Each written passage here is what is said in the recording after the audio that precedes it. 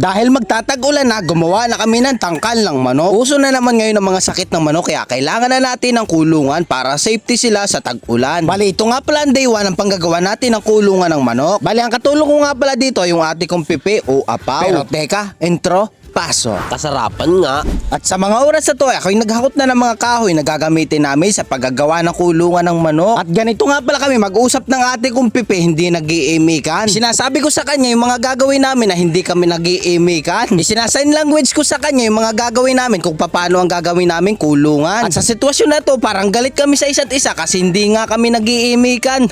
At ito na mga pamangking ko at anak ko ay ansaya habang naglalaro sila. Kahit na nagiging abala sila sa aming trabaho, okay lang. Kasi nakikita naman namin silang masaya sa ginagawa nila. At sa mga oras na to ay sinusukatan na nga nung ate ko ang pamuste. Yung pampampront at pamba para may klebe ang bubong. Para ba pag umulan na hindi naiipon yung tubig, dire-diretso ang agos. Kaya naman dalawang magsinghaba at dalawang magsinghaba din kaso mas mahaba. Mas mahaba yung pampront na poste mas maigsi naman yung pambak na poste. Bali dalawang magsinghaba at dalawang magsingigsi. Kaya naman pagkatapos putulin ay ito papakuha na natin ang 2x3. Bali yung 2x3 ay habang 12. Para kasyang-kasya ang 6 na kulungan. Bali 4 nga na 2x3 ang ating gagamitin dito. Tapos yung ginamit natin pamuste ay 2x4 na good lumber. At pinagpapako na nga namin ito sa lahat. At ito na nga yung kinalabasan niya. Bali dadagdagan pa natin ang 2x3 sa tigkabilang baba. Para kapag itinayo natin yan ay maganda na ang forma. Kaya naman pagkatapos namin pagpapakuha na ito ay tatayo na namin. Papakuha na namin ang tigkabilang dulo para tumibay na. Bali palagi yung ate ko ang gumagawa dyan kasi mas magaling siya kaysa sa akin. Siya talaga yung mga master na sa mga ganyang gawain. Kaya naman proud na proud ako sa ate kong to kahit ito ay pepe. Pag nga kami magkasama sa aming ginagawa para kami magkaaway kasi hindi kami nag-iimikan. Bali sa mga oras na to ay nilalagyan na namin ng pamakuha ng bubong. Bali kung mapapansin mo nga yung ginagawa namin ay mukhang kulungan na talaga. At sa mga oras na to ay pandalikdik nga ako sa pagpako dito sa kahoy, napakatibay. Ikaw ba naman ang bagas? Aba ay mapula-pula na yung hibla ay anong tigas pakuan. Bali tigkabilang dulo na nga namin nilagyan ng pamakuha ng yero. At yung ate ko nga dito ay panggigil na rin sa pagpako dito sa kahoy. Aba ay kung makikita mo sa personal ay nangangakilo yung pako. At pagkatapos nga namin lagyan ng pamakuha ng bubong ay ari pamakuha naman ng sahig ang aming lalagyan. Ay ari dinaligdik na nga ng ate ko yung pamakuhan kaya naman natapos agad lalatagan naman natin ang lambat. Ito ba yung plastic na lambat yung kulay green yun talagang ginagawang kulungan ng manok. Pwede rin kulungan ng tao yung bang may pahid. Abay wari ko'y pwede ako rin eh.